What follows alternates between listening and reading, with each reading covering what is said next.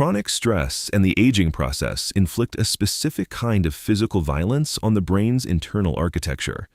Prolonged exposure to cortisol, the stress hormone, triggers hippocampal atrophy, a literal shrinking of the brain region responsible for processing memory and navigating the world. To fight back, the brain relies on cognitive reserve.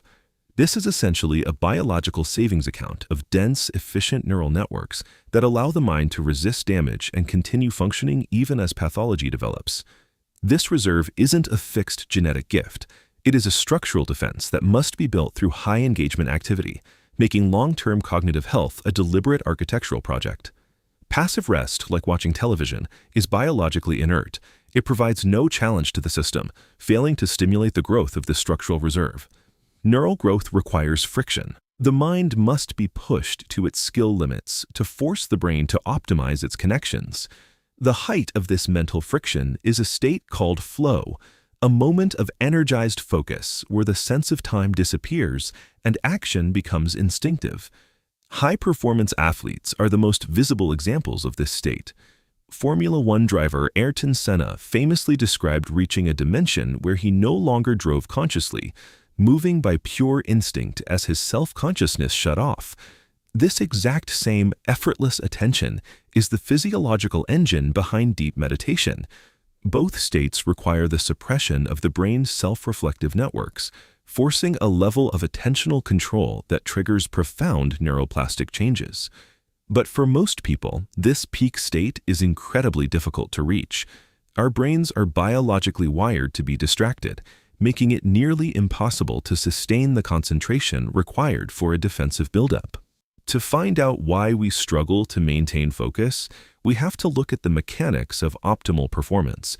This is the challenge skill matrix. Flow occurs only in a narrow channel where the difficulty of a task perfectly matches our ability. Staying in that channel requires immediate feedback. The brain needs a constant, real-time signal to adjust its effort and maintain the balance. This is the primary reason why solo meditation is so difficult for beginners to master. When your mind begins to wander, there is no external gauge to alert you. You can spend minutes lost in thought before you even realize you've left the flow state. Without a closed feedback loop, the brain cannot self-correct, and the practice remains shallow and frustrating. Neurofeedback is a technological bridge built specifically to close that loop. Scientists have been tracking brain activity for nearly a century, using early electroencephalography, or EEG, to visualize the electrical pulses of human thought. Modern neurofeedback takes these same alpha and theta frequencies, the signatures of deep focus, and reads them through consumer-grade sensors in real time. If the system detects your attention drifting, it triggers a subtle sensory cue, a sound or gentle vibration, instantly guiding your focus back to the present. This acts as an artificial nervous system, biohacking the meditation process by providing the immediate data the brain needs to stay within the flow channel.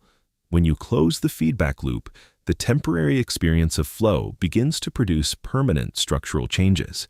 High-intensity focus stimulates neuroplasticity and triggers the release of neurotrophic factors, the chemicals that physically reshape neural connections.